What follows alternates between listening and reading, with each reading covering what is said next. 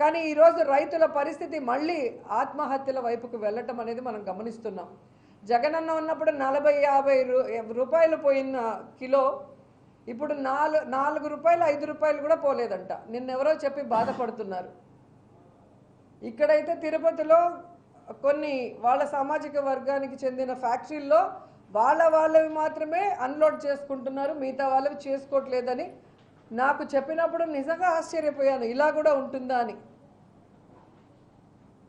ఇదే విధంగా మనం కనుక చేసుంటే ఈ రాష్ట్రంలో ఓన్లీ వైఎస్ఆర్సీపీ వాళ్ళకి మాత్రమే సంక్షేమ పథకాలు, ఓన్లీ వైఎస్ఆర్సీపీ వాళ్ళకే ఏదైనా చేసుండి వీళ్ళలాగా తప్పుడు కేసులు పెడితే వీళ్ళు ఈ రాష్ట్రంలో బతికుండే వాళ్ళని నేను ప్రశ్నిస్తున్నా. రైతుల్లో కూడా క్యాస్ట్ చూసి, కులం చూసి, పార్టీ చూసి వాళ్ళను కూడా మోసం చేయటం అనేది దిగజారుడు రాజకీయం తప్ప మరొకటి కాదు. సనాతన యోధుడు ఎక్కడున్నాడో అర్థం కావట్లేదు. కుంభమేళాలో పోయి మునిగి తిరుపతిలో వచ్చి ఒక మీటింగ్ పెట్టి ఊగిపోయి మాట్లాడాడు. కానీ ఈరోజు తిరుపతిలో వారాహి అమ్మవారు చాలా పవర్ఫుల్. అంత ధైర్యం వాళ్ళకి ఎక్కడి నుంచి వచ్చిందో ఆ టెంపుల్ని నేలమట్టం చేయటం.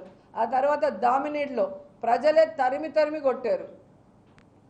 సో ఇట్లా దేవాలయాలను సైతం నేలమట్టం చేసి ఆ ల్యాండ్స్ని కబ్జా చేయాలనుకునే దౌర్భాగ్య స్థితికి వీళ్ళు దిగజారుతున్నారు. అంటే అసలు పరిపాలన గాడి తప్పిన మాట వాస్తవం కాదా అని అడుగుతున్నా. ఇక్కడ ఎవరికైనా చంద్రబాబు నాయుడు చూస్తే భయం ఉందా? పోలీసులు చూస్తే భయం ఉందా? ఏమీ లేదు. విచ్చలవిడిగా